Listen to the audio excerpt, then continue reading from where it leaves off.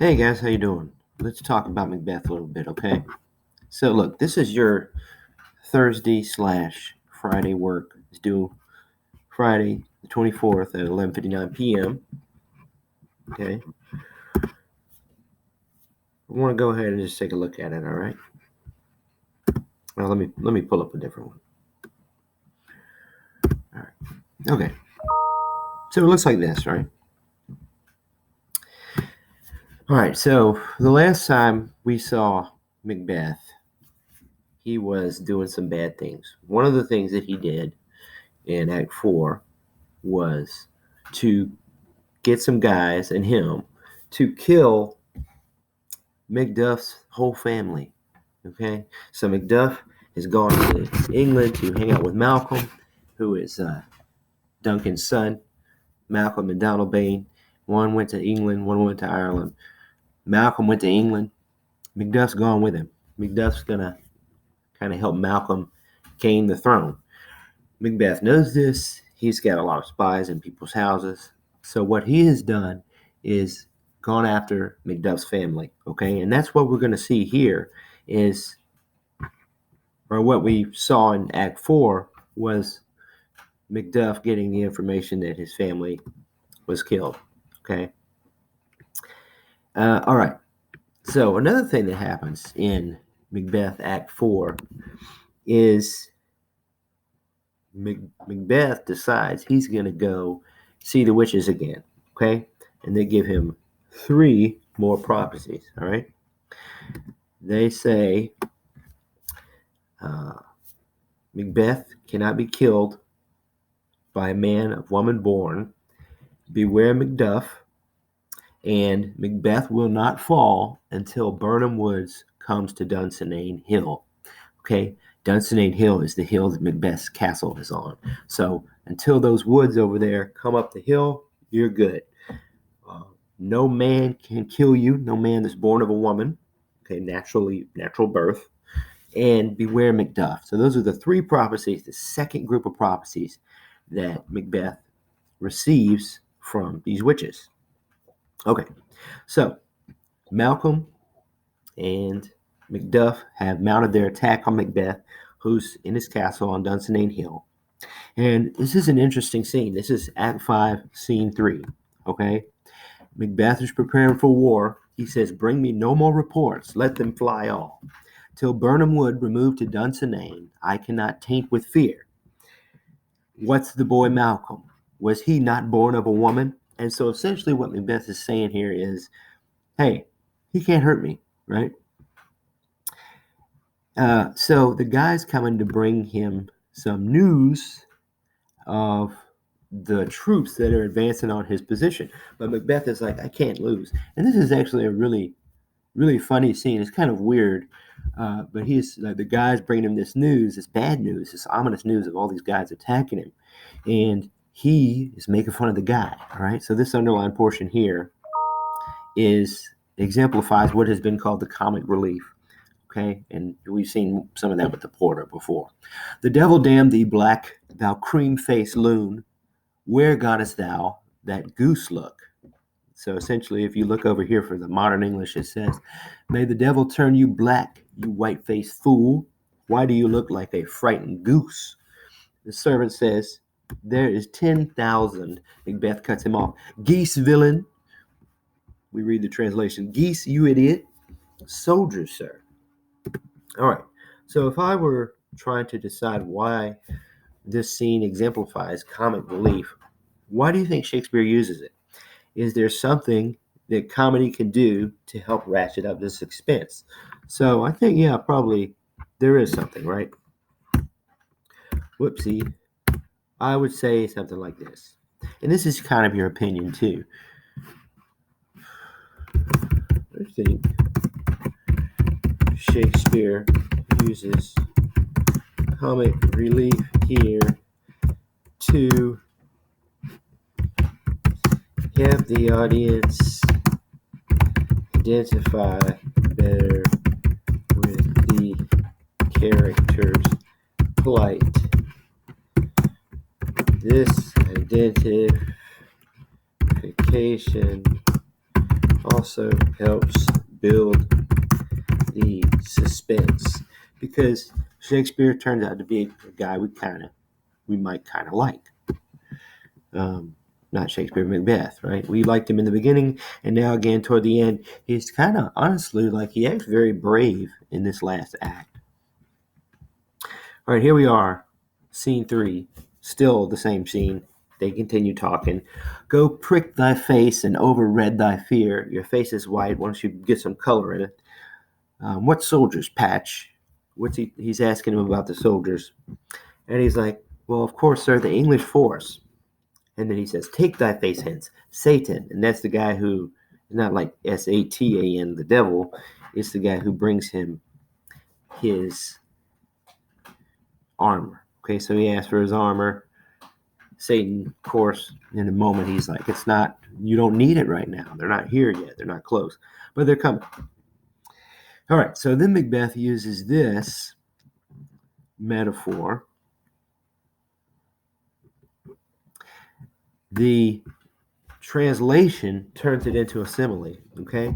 So the metaphor, the original metaphor that Macbeth uses is this. My way of life is fallen into the sear, the yellow leaf, okay? Let's see how they translate that. The course of my life is beginning to wither and fall away like a yellowing leaf in autumn. So here he calls his way of life a yellow leaf, and here he says it is like a yellow leaf. So he's starting to see the end, okay? But which one is stronger? I believe that's the question I asked you guys. And it's your opinion, of course, but I think the metaphor is stronger.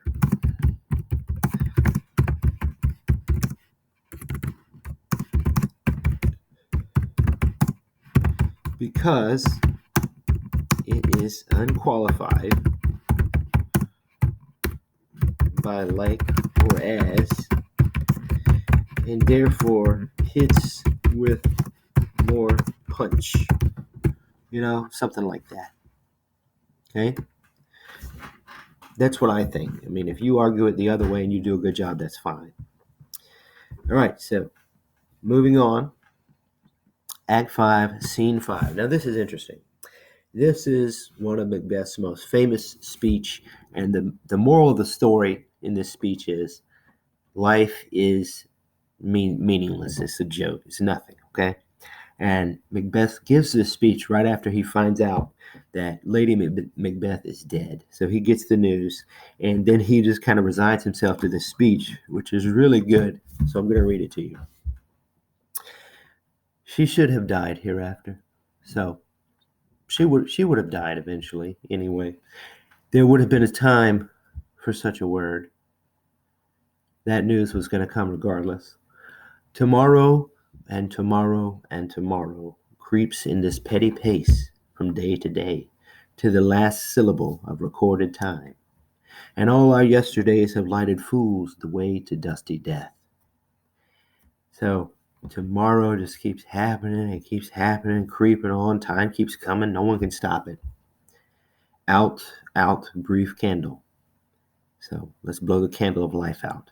Life's but a walking shadow, a poor player that struts and frets his hour upon the stage, and then is heard no more. So life is nothing but a walking shadow. It's like an actor. It's like a poor actor who worries while he's having to do his scene, and then it's never heard from again, so it just flashes out of existence.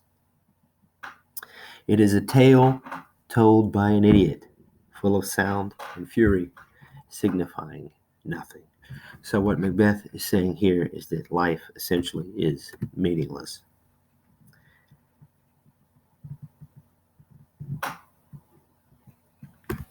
What I ask you to do is give me 3 metaphors Macbeth uses in this famous speech. Okay?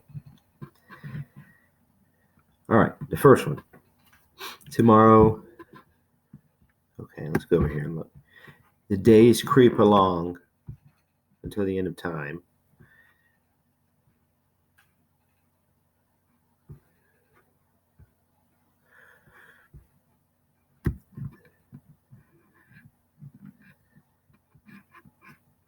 Okay, The day's creep itself is metaphorical, right? It's a personification, but we could just say, let's say, that's stupid. I don't want to do it.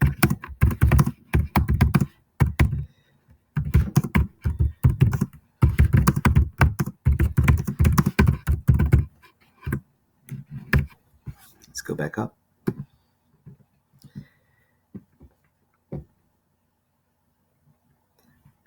Here he compares life to a candle.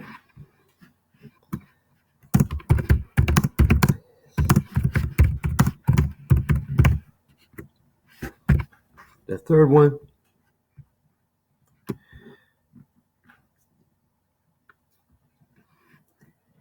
there's another one you could say he's an actor.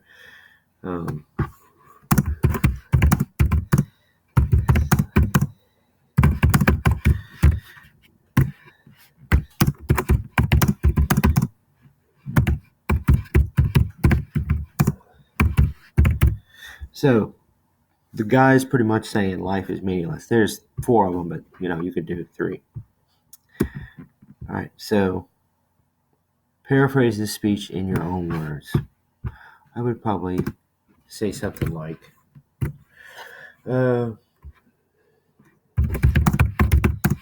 days just keep on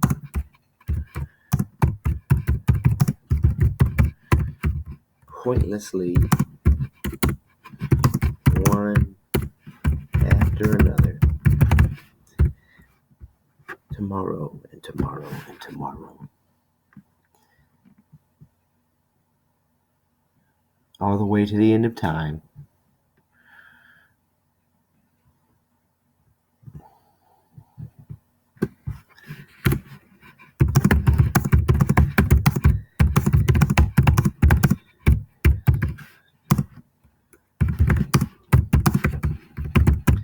All the way to the end of time for no reason.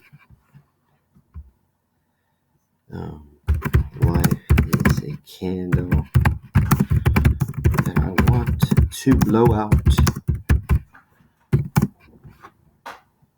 Let's go back up to the speech.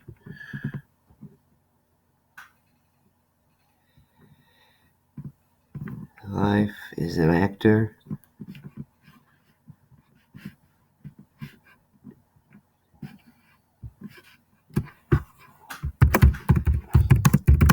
Living is like being in a play. In this play, life is a meaningless story that has no point. That's a really dark way to look at it, but that would be a good paraphrase of the Tomorrow, the most famous speech in the English language. Okay, now, he's given the speech, and the question I ask you is this: why are the words of the messenger here significant? So let's go back up. He's just given this speech. The guy interrupts him, and Macbeth says, Thou comest to use thy tongue, thy story quickly. Now the messenger is trying to get this out, but he's a little bit nervous. Gracious my lord, I should report that which I say I saw, but know not how to do it. So he's like, I want to tell you something very important, but I don't know how to say it. And Macbeth says, well, say, sir, just say it.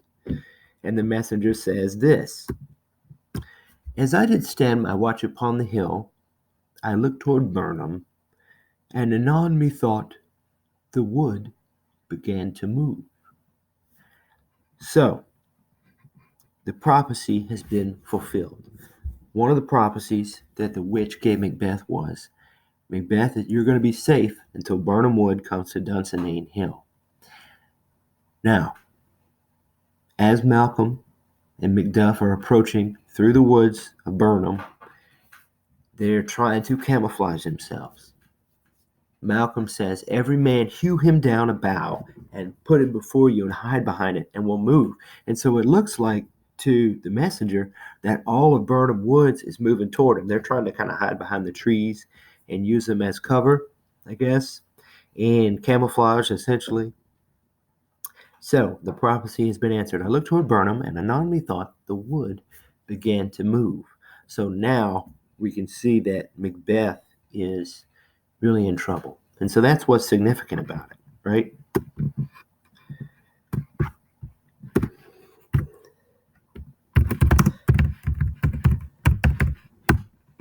The messenger was no prophecy been fulfilled.